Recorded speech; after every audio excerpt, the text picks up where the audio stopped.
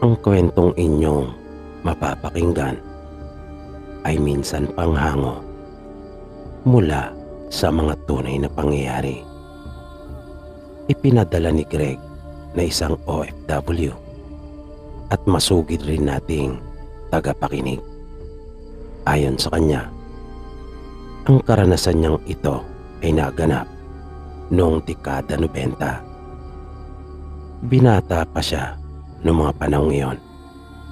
Nagtatrabaho siya noon kasamang kanyang tiyuhin at mga pinsan sa construction. At dahil binata, kung kaya naman, hindi siya nangihinayang na gumastos ng pera. Madalas silang nag-iinuman at nakahiligan din nilang magpunta ng beer house kapag araw ng sweldo. Yung lugar kung saan sila gumagawa noon ay hindi pa matao. Yung lalawigan kasi ay nagsisimula pa lang na maging progresibo. Kaya yung pinupuntahan nila noon na beer house ay talagang kailangan mo pang sadyain. At nag-iisa lang iyon na nakatirik sa kalagitnaan ng malawak na lupain. Ilan lang rin ang mga nagpupunta doon. Mabibilang lang talaga sa daliri. Dahil parang hindi patanggap ng mga tao doon sa lugar yung ganong uri ng establishmento. Dumarami nga lang ang customer nila kapag nagpupunta sila ng kanyang mga pinsan. Kaya naman estimado sila nung namamahala ng beer house. Mayroong 3 serbidora doon at pupwede silang maitable. Magaganda sila at masasaya ding kausap. Pero lahat sila ay hindi taga roon sa lugar. Mga taga-ibang probinsya sila. Pero ayaw nilang aminin kanila Greg yun. Ang sinasabi lang nila ay taga roon lang din sila sa lugar. Nalaman naman nila Greg na taga-ibang probinsya sila dahil na rin sa kanilang floor manager. Medyo hindi yata sila nagkaintindihan. Kung kaya, alam nila Greg na hindi sila mga taga roon. Ang madalas niyang itable noon ay si Rachel. Yan ang pangalan na ibinigay sa kanya.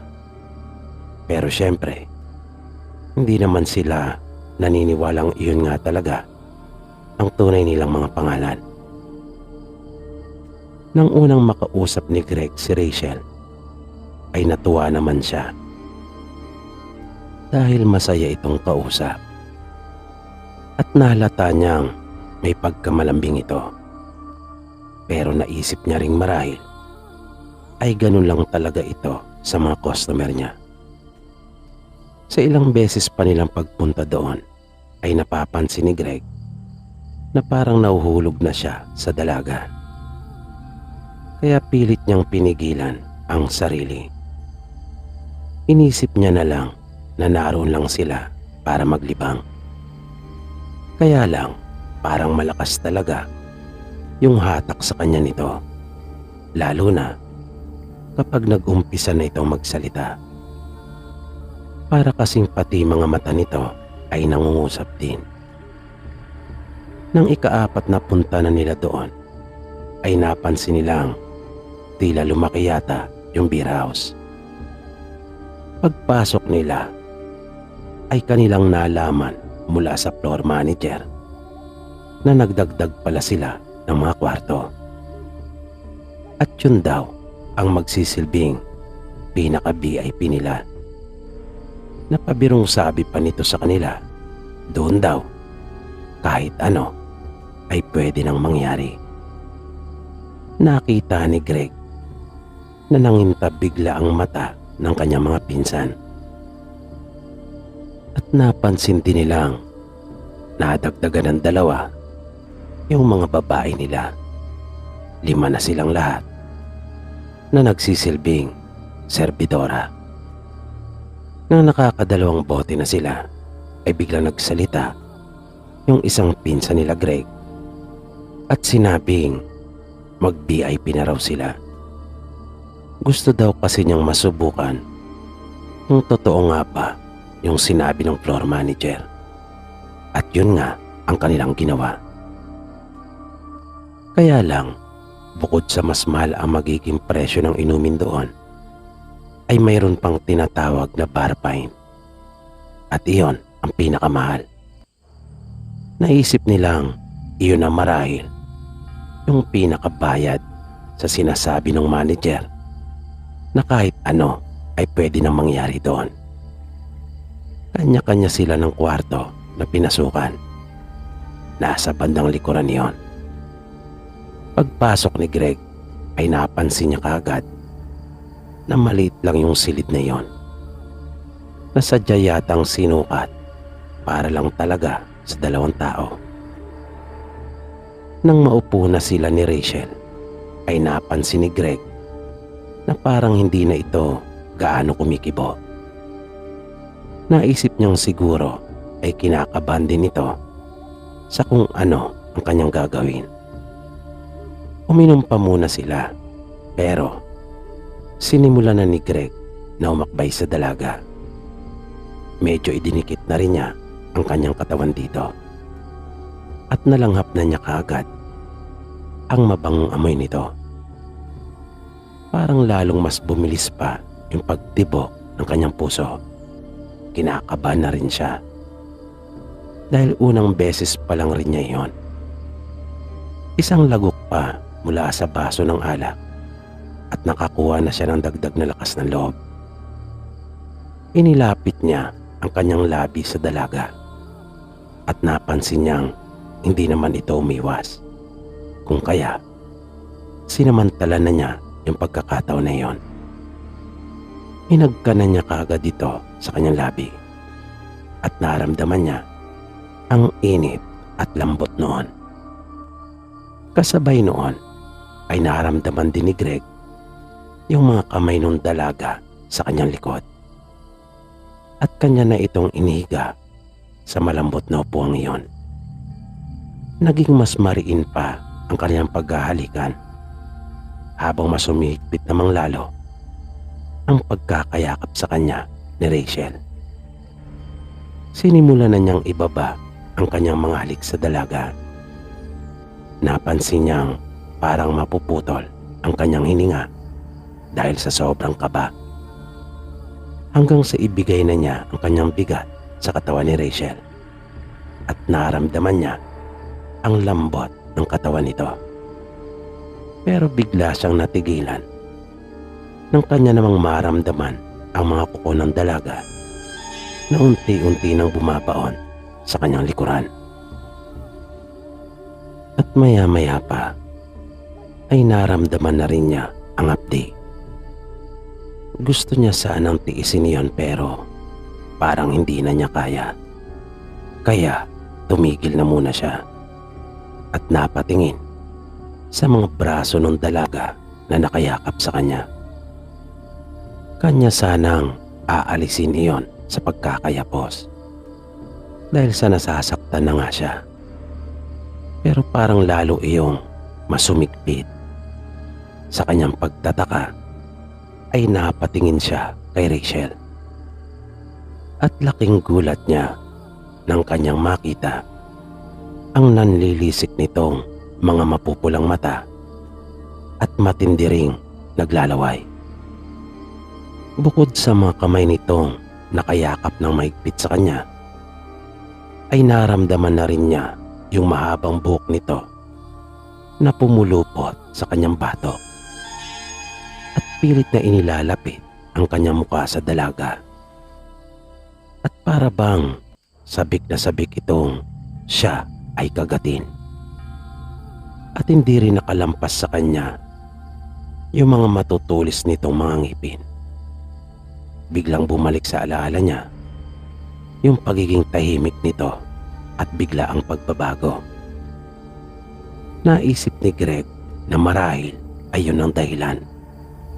May masama na pala itong binabalak sa kanya.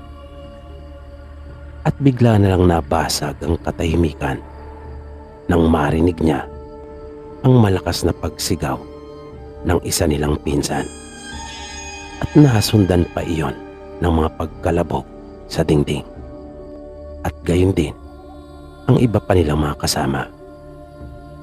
Mabilis na itinukod ni Greg ang kanyang kamay sa dibdib ng dalaga. At nang hindi pa rin ito bumibitiw, ay dinampot na niya ang isang bote at siyang inihampas sa ulo nito. At nang mabasag, ay ginamit niya ang natitirang parte noon na nasa kanyang kamay upang hiwain ang buhok at braso nito. Pero nang maputol pa lang ang ilang bahagi ng buhok nito, ay bigla na itong humulagpos at napasigaw ng ubod lakas. Napansin ni Greg na lupa itong nasaktan nang maputol ang maraming hibla ng kanyang buhok. Iniamba niya yung hawak niyang bubog at para bang kanyang sinasabi na sasaksakin niya ito kapag lumapit, hanggang sa makalabas na siya ng silid at nakita niya ang kanyang mga pinsan na nagtatakbuhan na rin palabas. Ang isa pa nga sa kanila ay nakita niyang duguan, pero hindi pa niya matiyak noong mga sandaling iyon kung sarili pa niyang dugo yon. Pero nag-alala si Greg, lalo na nang makita niyang nag-iba na rin ang itsura pati nung namamahala. Itinulak nila ang mga lamesa papunta sa mga ito upang sila ay makatakas. Pare-parehong nawala ang mga tama nila at nagmamadaling tumakbo para makalayo mula doon sa beer house na iyon. At nagulat pa silang lahat nang makita nilang may mga malalaking aso at baboy na sumusunod sa kanila. Nang nasa daan na sila, ay nalaman nilang nakagat pala ang isa nilang pinsan na siyang dahilan ng pagkakaroon nito ng maraming dugo sa kanyang damit. Pansamantala nila iyong tinalian ng panyo upang umampat ang pagdurugo.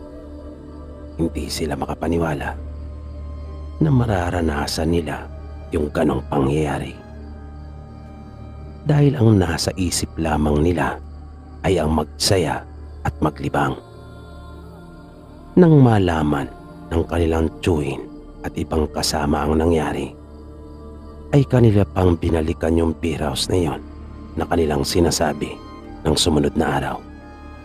Pero laking pagtataka nila nang hindi na nila iyon matagpuan.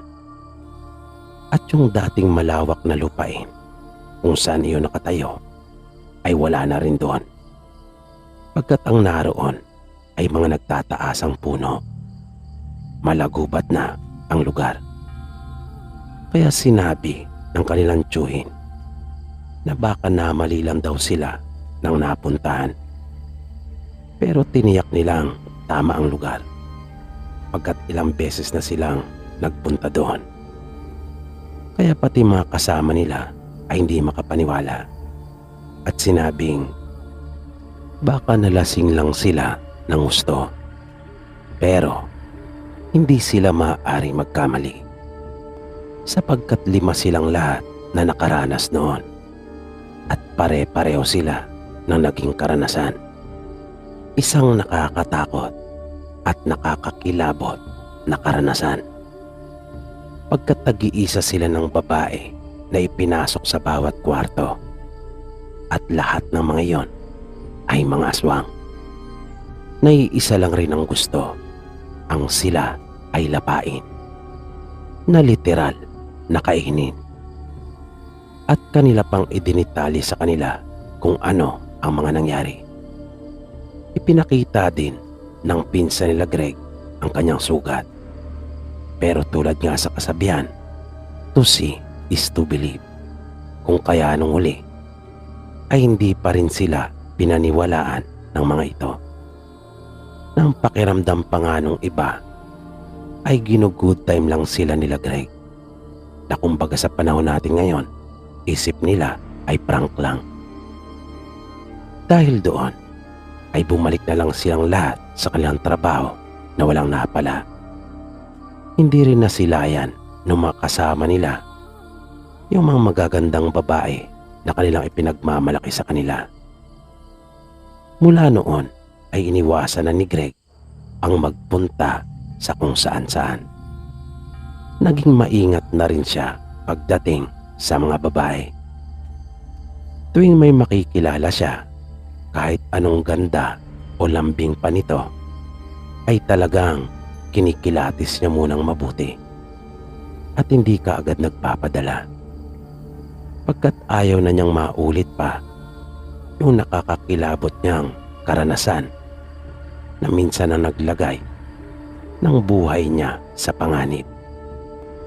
Isang karanasan na kahit hanggang ngayon ay hindi pa rin mawala-wala sa kanyang isipan. Isang pangyayari din na nagsasabing ang buhay talaga dito sa mundo ay lubang mahiwaga, na hindi mo alam kung ano ang mangyayari at kung kailan. Malay mo, ikaw naman.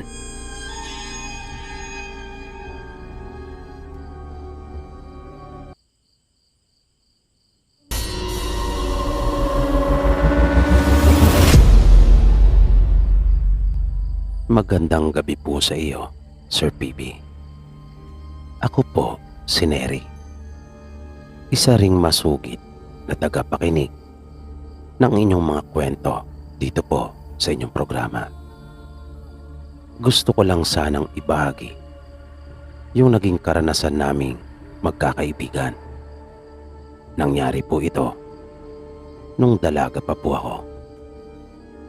Nagkayayaan kami noon na magpunta sa lugar ng isa naming kaibigan dahil bakasyon naman. Bali 7 kaming lahat noon. 3 kaming babae at 4 na lalaki. Hindi ko na po iisa-isahin ang mga pangalan nila. Bus po ang sinakyan namin noon at sasabihin kong malayo talaga ang naging biyahe namin. Nanakit talaga ang katawan ko dahil sa mahabang pagkakaupo sa bus.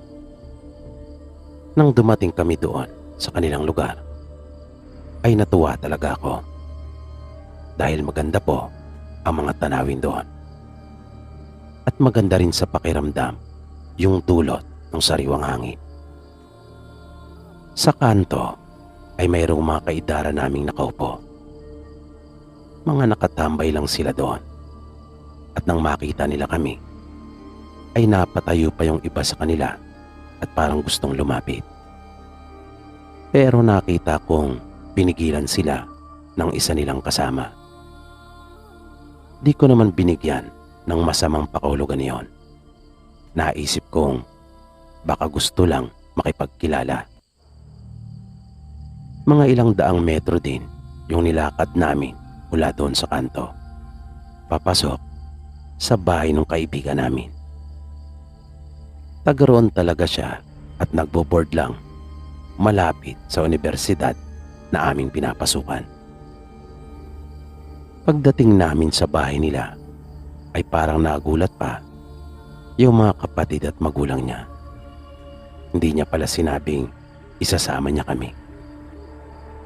Pero hindi naman sila nagalit. Napansin ko ngang natuwa pa sila. Habang inihintay namin na maluto yung tanghalian, ay tinanong ko si Michael kung hindi ba niya nakikilala yung mga nakatambay sa may kanto. Sinabi niyang kakilala naman niya sila. Mga kababata pa nga. Kaya lang, hindi niya kaibigan ang mga yon. Pagkukwento pa niya, sila yung mga nambubuli sa kanya nung dun pa siya nag-aaral sa kanila. Bigla akong nalungkot sa ipinagtapat niya sa akin. Mabait kasi si Michael at masasabi kong walang puso na lang talaga ang gagawa pa ng masama sa kanya.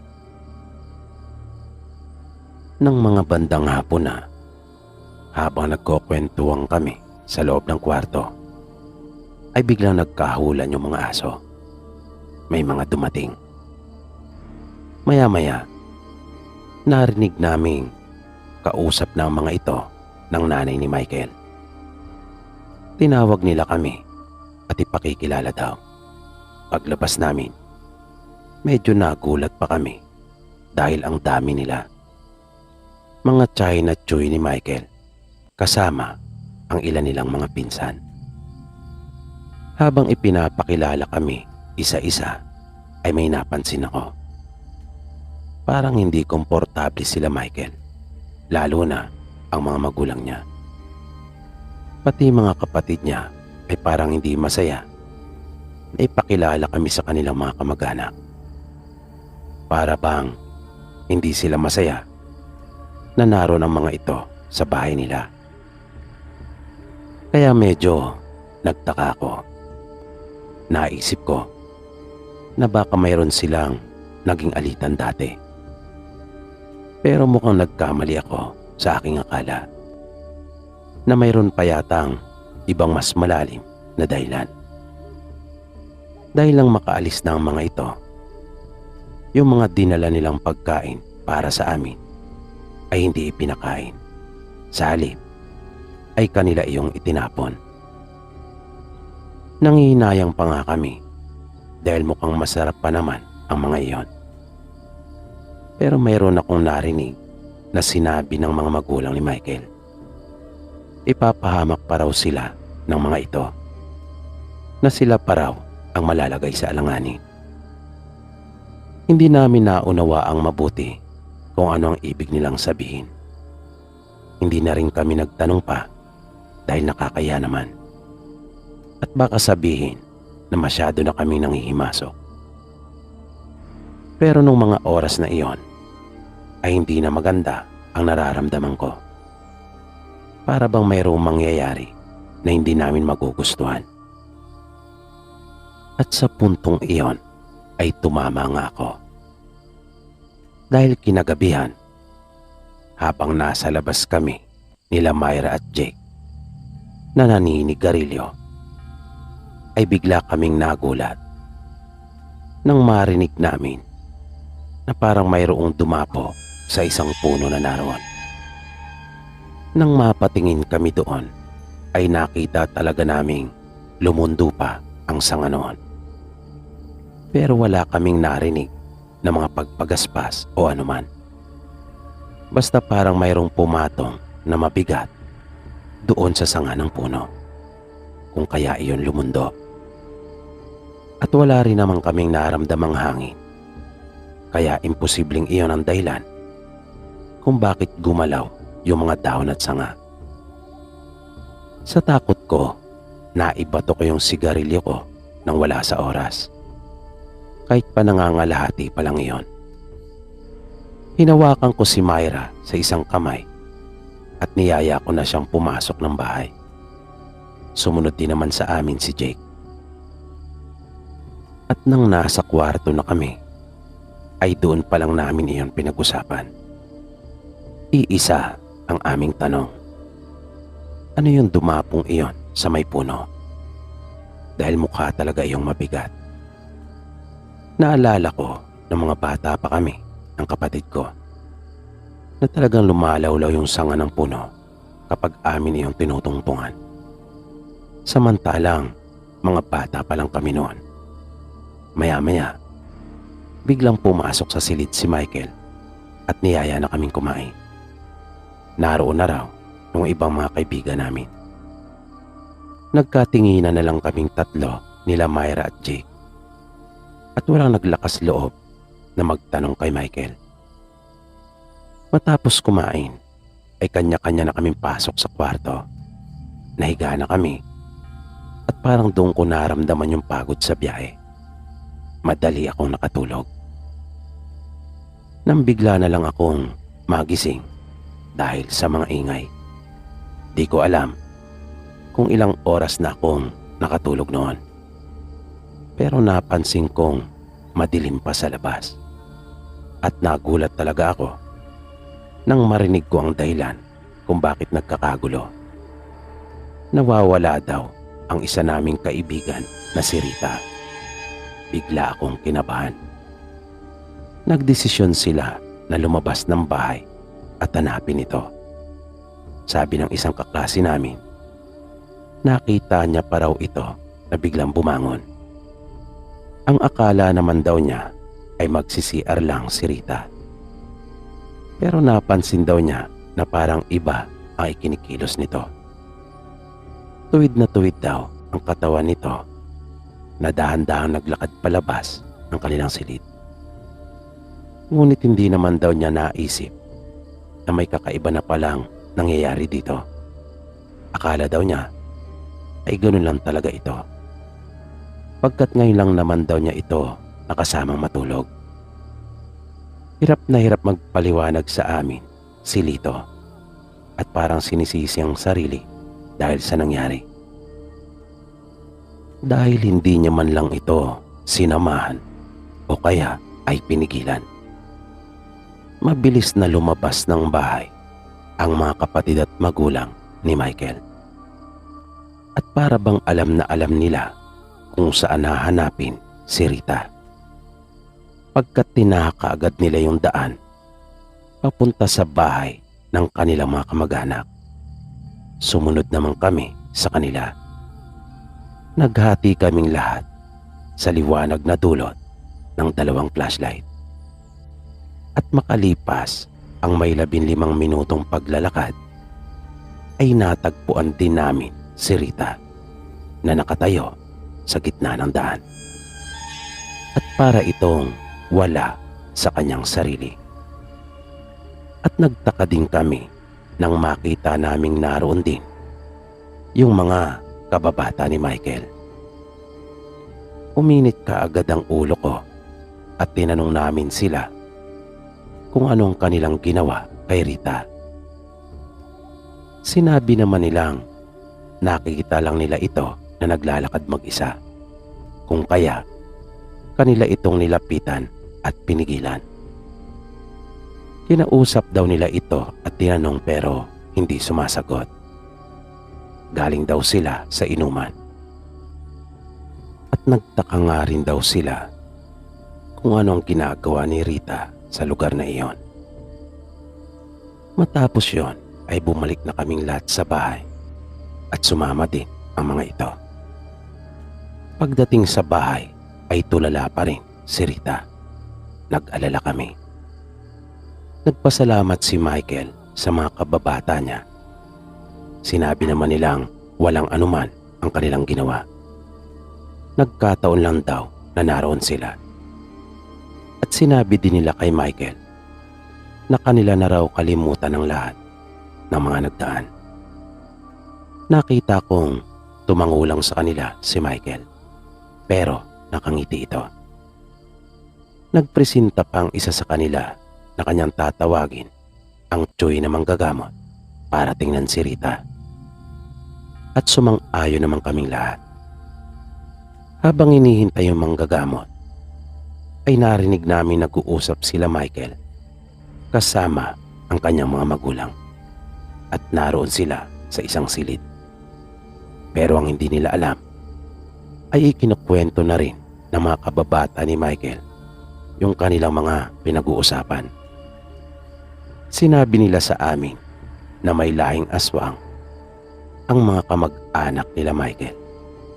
Yan daw ang matunog na usap-usapan doon sa kanilang lugar. Alam ng halos lahat ng taong naroon ang lihim ng mga ito. Mabilis na naitanong ni Jake kung aswang din ba sila Michael. Agad naman silang sumagot at sinabing hindi. Ayon pa sa kanila, nagsimula lang naman iyon nang mapangasawa ng nakababatang kapatid ng nanay ni Michael, si Isabel, na mula sa angkan ng mga aswang na taga-kabilang bayan. At hinawaan na rin nila ang mag-anak ng isa pa nilang kapatid. Sabi pa nila, Malamang ay may masamang balak ang mga ito sa amin. Nagulat kami sa kanilang mga ipinagtapat. Kaya naikwento din namin sa kanila ang ukol sa ginawang pagbisita ng mga ito sa amin at yung pagbibigay nila ng pagkain. Nagkatinginan sila at sinabing malamang ay gusto rin kaming hawaan. At doon namin naunawaan kung kaya pala itinapon ng mga magulang nila Michael ang lahat ng iyon. At binalak din nilang kunin si Rita.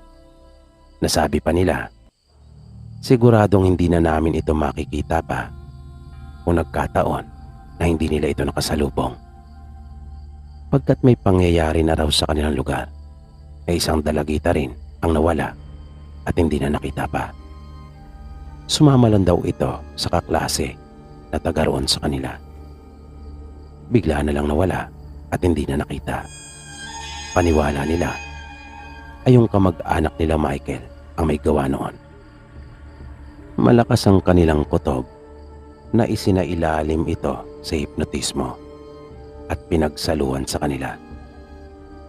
Nang dumating ang manggagamot ay doon pa lamang kami napanatag. Nang suriin niya si Rita ay tama ang lahat ng kanilang hinala. Walang duda na nasa kapangyarihan nga nila ito, kung kaya wala sa kanyang sarili. At papunta nga ito sa kamag-anak nila Michael. Nang bumalik na sa katinoan si Rita ay halos wala itong maalala. Nakakapagtaka pero totoo palang nangyayari ang mga ganong bagay.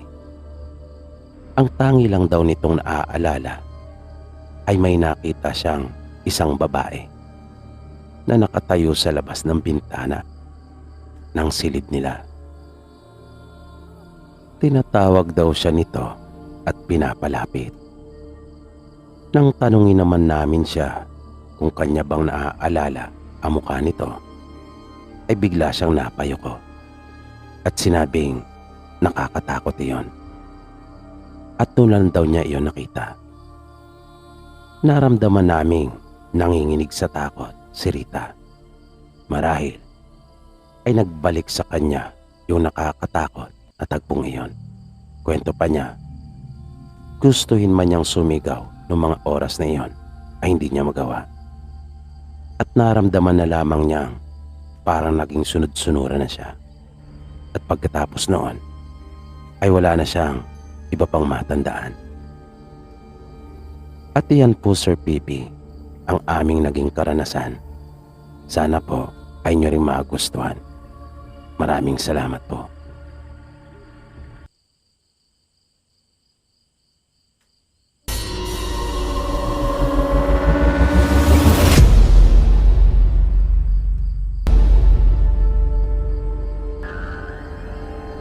Ang kwentong inyong mapapakinggan ay hango mula sa tunay na mga pangyayari na ibinahagi ng isang taong malapit sa akin. Natatawagin na lang natin sa pangalang Rene. Halina at atin pong sama-samang pakinggan. Hindi ako dati naniniwala sa mga kwentong aswang. Pero nagbago ito nung mismong maranasan ko. Taong 1982 na mangyari ito sa akin. Dumalo kami noon sa isang handaan.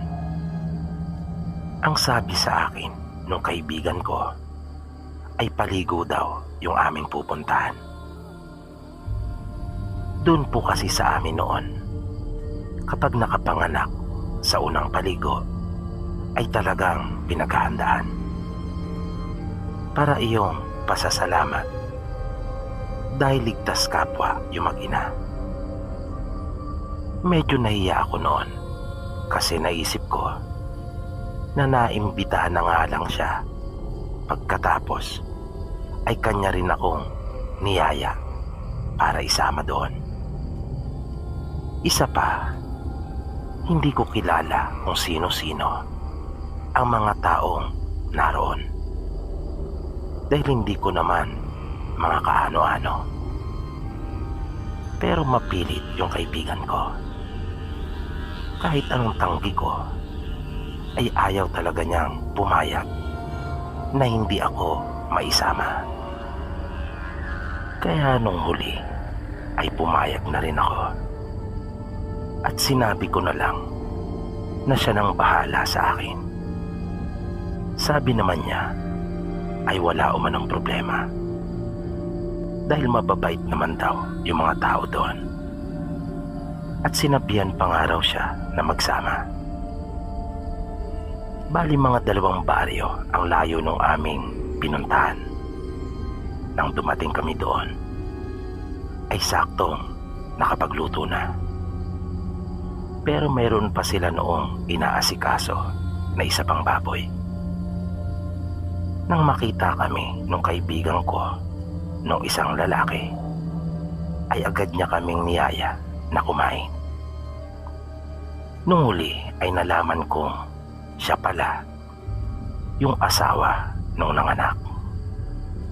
At naisip kong ito marahil yung kakilala ni Pino. Hindi naman ganun karami yung mga tao. Sa palagay ko ay yung mga malapit lang nitong kaanak at ilang kaibigan ang inanyayahan.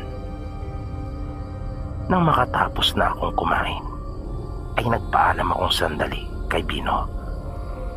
At sinabing doon ko na lang siya sa labas ng bahay hihintayin. Doon kasi kami pinakain sa may kusina sa loob ng bahay. Dahil yung mahabang mesa na nasa labas ay puno na ng mga taong nagkakainan. Paglabas, dahil sa wala naman akong kakilala doon, kaya medyo nahiya ako. Naglakad ako papunta sa likuran ng bahay. At bigla akong nagulat. Medyo hindi pa nga ako makapaniwala noong una. Dahil kitang-kita ko kung paano lantakan ng ilang mga kalalakihang naroon sa di kalayuan yung hilaw na laman loob ng baboy. At akala mo ay mga uhaw na uhaw kung paano nila ininom yung dugo noon. Nanindig talaga yung mga balahibo ko sa katawan nang aking makita iyon. Kaya mabilis kong itinago ang sarili sa may gilid ng bahay. Kinutuban na ako ng hindi maganda. Kaya hindi ko na nahintay pa si Pino. Pinuntahan ko na ito sa loob ng bahay at niyayang umuwi. Nagtaka naman ito at sinabing nakakahiya raw sa may bahay na pagkatapos naming makakain ay agad na lang kaming uuwi. Dagdag pa niya ay makikipag-inuman pa raw kami. Gusto kong sabihin sa kanya na kapag hindi kami agad na umuwi ay baka kami naman ang kainin ng mga taong naroon. Pero hindi ko magawa dahil siguradong maririnig ng mga taong nasa paligid namin. At hanggat maaari ay ayoko talagang magpalata na may nalalaman na ako tungkol sa kanila. Halos bigain ko yung aking utak sa isip ng kung anong paraan ang dapat kong gawin para makaalis sa lugar na iyon. Di nagtagal ay biglang naputol yung pag-iisip ko ng malalim nang biglang pumasok yung asawa nung nanganak at niyaya na kami na mag-inuman sa labas. Minadali namang bigla ni Pino yung kanyang kinakain nang marinig yung lalaki. Paglabas namin ay kinawayan kami ng dalawang naroon sa may mahabang mesa. Habang papalapit kami ni Pino ay talagang ang sama na ng kutob ko. Grabing kaba na yung nararamdaman ko nung mga oras na iyon. Pero yung kaibigan ko ay tila nasisiyahan at walang kamalay-malay kung anong kapahamakan na ang naghihintay sa amin. Nang mga pasado 4:00 na, ay unti-unti nang naging kulay kain yung paligid dahil sa sikat ng araw. Kaya mas lalo na akong kinabahan. Tumanggi muna akong tumagay. Nagdahilan na lang ako na sinabi kong tatagay din ako mamaya, na magpapababa lang muna ako ng kinain. Bagay na kanila namang pinagbigyan. Naisip ko noon na ilang oras na lang ang natitira sa amin para makaalis doon sa lugar. Dahil di na magtatagal at magkagabi na. Nang marinig kong nagpaalam si Bino para umihi, ay sinabi kong sasabay na ako. Kahit pa nga, hindi naman ako naiihi nung mga sandaling iyon. Nang umiihi na si Bino, ay sinabi ko sa kanya yung aking natuklasan. Kaya kailangan na naming umalis. Pero sa halip na makaramdam din ito ng takot at mabahala, ay kanya lang akong tinawanan. At sinabing umandar na naman raw ang aking imahinasyon. Minsan ko pa siyang pinilit na umalis, pero ayaw niya talaga. Nanawili na masyado ito. Palibasa kasi, suga pa sa alak. Bago ito tumalikod para bumalik sa inuman, ay sinabi ko sa kanyang hindi niya ako masisisi. At hindi na ako sumama sa kanya pabalik doon. Sa halip, ay nagmamadali na akong tumakbong papalayo. Habang nasa daan, ay akin pang binabalik-balikan yung mga tagpo nung naroon pa ako sa handaan. Hindi rin kasi talaga ako makapaniwala na aswang ang mga taong naroon. Kung kaya, muli akong kinilabutan. Nagmadali pa ako. Kailangan kong makalayo na ng gusto bago pa tuluyang kumalat yung dilim. Sapagkat naisip kong lubang delikado. Baka sundan pa rin kasi nila ako. Bagaman hindi naman ako nawawala noon ng balisong sa katawan.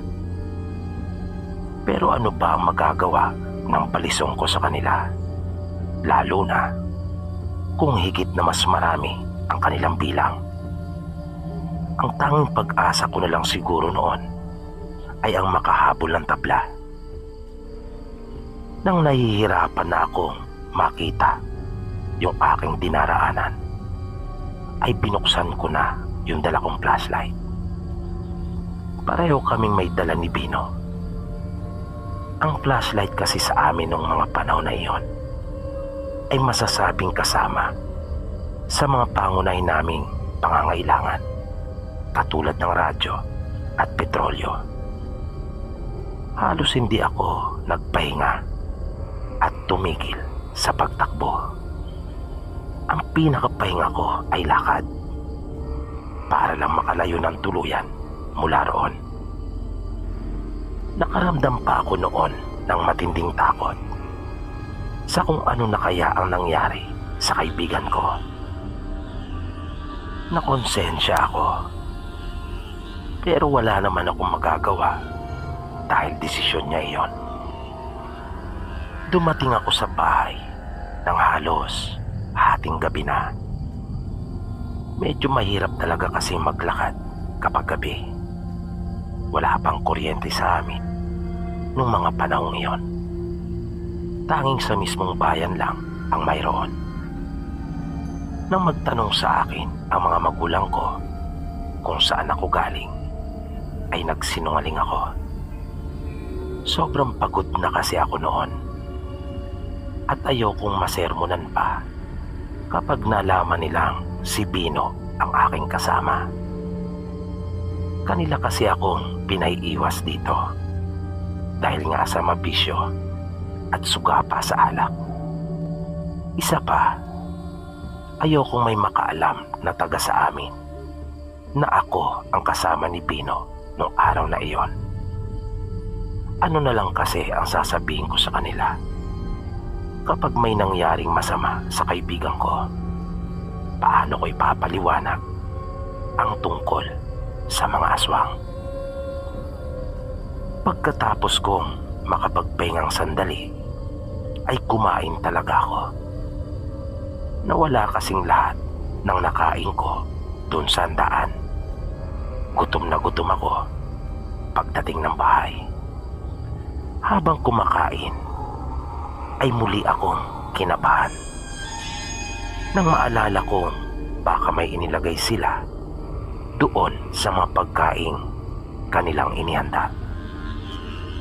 Kaya napaisip na naman ako ng malalim. Pagkatapos kong kumain, ay nag-isip ako kung ano ang aking gagawin para masiguro kong ligtas ako mula sa mga pagkain na aking kinain doon sa handaan. Hanggang sa nakatulugan ko na yung pag-iisip tungkol doon. Kinabukasan, nung mga alas 4 na ng hapon, ay dumating sa bahay namin yung isang kapatid ni Bino at nagtatanong kung amin pa raw itong nakita. Nakaramdam ako ng matinding kaba, pero hindi ako nagpalata at sinabi ko na lang na hindi ko ito nakita simula pa kahapon. Ang lakas ng pagkalabog ng dibdib ko. Nag-alala talaga ako para sa kaibigan ko. Kahit ganun kasi si Bino, ay marami na kaming pinagsamahan. At mabait din naman talaga ito. Maliban nga lang sa pagiging sugapa nito sa alak. Nalungkot ako nang malaman kong hindi na nga nakauwi pa sa kanila si Bino. Tama yung kutob ko. At noon ko napatunayan na totoo pala talaga yung mga aswang. Mabilis na lumipas yung mga araw. Ipinagtirik na nila ng kandila si Bino. Tinanggap na nilang wala na ito. Nang magdadalawang linggo na, ay bigla na lang ginulantang yung baryo namin ng isang balita. Mabilis itong kumalat nang makita nilang nagbalik si Bino. Nakaramdam ako ng saya at hindi ako makapaniwala. Mabilis akong nagtungo sa kanila para kamustahin ito at upang makita. Nalaman namin na pansamantala pala muna siyang nagtrabaho doon. Sayang din raw kasi yung kanyang kikitain. Nung kami na lang dalawa, ay sinabi ko pa sa kanya na nag-alala ko na ang buong akala ko ay napahamak na talaga siya. Natawa naman siya sa akin at sinabing ako lang raw kasi masyadong malikot ang isip kung ano-ano raw ang pumapasok sa akin. Niyaya niya ako na doon daw namin ituloy yung aming kwentuhan sa kanilang kusina at magtitimpla siya ng kape. Nang nakaupo na ako sa gilid ng kanilang mesa, ay nagpunta na siya doon sa kanilang banggiran o yung pinaka-lababo upang magtimpla. Bali nakatalikod ang pwesto ko noon sa kanya. Habang patuloy ko siyang pinakikinggan, sa mga ikinukwento niya. Nang humarap ako sa kanya, ay bigla akong nagulat nang makita kong may hawak na itong itak at nakaamba na ito para tagayin ako. Sa pagkataranta ko ay agad kong nadampot yung isang bangko na nasa malapit sa akin at iniangat. Sa kabutihang palad naman ay doon tumama yung kanyang itak. Iyon yung ginamit kong panangga sa patuloy niyang ginagawang pagtaga sa akin. Mabilis akong tumayo na hawak pa rin yung bangko at nagmamadaling lumabas ng kanilang bahay. Nang makadistansya ako sa kanya, ay kinuha ko na rin yung aking balisong at binuksan. Naisip kong bahala na kung sakaling kanya pa rin akong hahabulin ng taga. Nung lingunin ko siya, ay napansin kong hindi na niya ako sinundan. Doon ko palang binitiwan sa gilid ng daan yung kanilang upuan. Mabilis kong tinahak ang daan, pero hindi pauwi sa amin, kundi dumiretso ako sa barangay. Nang malapit na ako doon, ay bigla akong naramdaman yung hapdi. Ang buong akala ko talaga ay wala akong tama, pero may natapyas palang kapirasong laman sa may braso ko at ang dami ng dugo. Na nang makita ako ng isang taga-barangay ay napasigaw ito at agad akong nilapitan dahil napansin niya kaagad yung mga dugo sa suot ko, maging yung aking sugat. Mabilis na nagkarami yung mga tao. Kanila akong nilapatan ng pangunang lunas bago dinala sa pagamutan. Doon na ako naabutan ng aking mga magulang at kapatid. Kahit sila ay hindi makapaniwala na magagawa sa akin ni Pino iyon. Nalaman ko mula sa kanila na inaksyonan din naman pala kaagad ng barangay at nakipagkoordinasyon sa mga pulis. Kanilang isinuplong sa pulisya ang nangyari at agad na pinuntahan si Pino at nahuli. Hindi naman na niya ikinailapa yung krimen na kanyang nagawa dahil may bahid pa ng dugo yung itak na kanyang ginamit. Natagpuan din nila sa gilid ng daan yung upuan na ginamit kong panangga. Pati yung mga bakas ng taga sa mesa nila sa tuwing yung kanyang itak ay dumadaplis. Nung huli ay umamin din siya sa akin at humingi ng tawad nang minsan kaming magkaharap at nakakakilabot yung kanyang mga ipinagtapat sa akin. Lalapain pala talaga siya ng mga aswang, pero nakiusap lang daw siya na hawaan na lang at gawing kauri nila. Dahil sa nakatakas nga raw ako at siguradong mabubulabog sila sa kanilang lugar kapag may nangyaring masama sa kanya at dahil na rin sa aking mga natuklasan. Pero hindi pumayag ang mga ito. Maliban na lang daw na may gawin siyang isa pang pabor para sa kanila. At iyon nga raw ay ang patahimikin ako. Kaya niya raw iyon nagawa sa akin. Nagkasundo kami ni Pino at ng kanyang mga magulang na amin ang iaatras yung kaso laban sa kanya. At amin siyang ilalapit sa isang manggagamot para gumaling. Pero nagulat na lang kami nang isang araw ay makarating sa amin ang balita na namatay ito sa kulungan, na ang sinasabing dahilan ay binangungot daw. Pero hindi naman kami naniniwala. Sa palagay ko ay may malaking kinalaman yung mga aswang na iyon na aming pinuntahan ni Bino. Yun nga lang, gustuhin ko mang tumulong na mabigyan ng katarungan ang pagkamatay ng kaibigan ko, ay natakot din ako. Dahil naisip kong may koneksyon ang mga ito. Nang mangyari iyon, ay hindi na ako nagtagal pa sa amin. Nagpamaynila ako dahil malakas ang aking kutob na baka ako na ang kanilang isusunod. At dito po nagtatapos ang itinampok nating kwento para sa gabing ito. Nawa ay inyong nagustuhan at patuloy nyo pa sanang subaybayan ang mga susunod pa nating kwento dito lamang sa Mga Totoong Kwento ng Kababalaghan. Binabati din po natin ang lahat na patuloy na nakikinig sa ating mga kwento.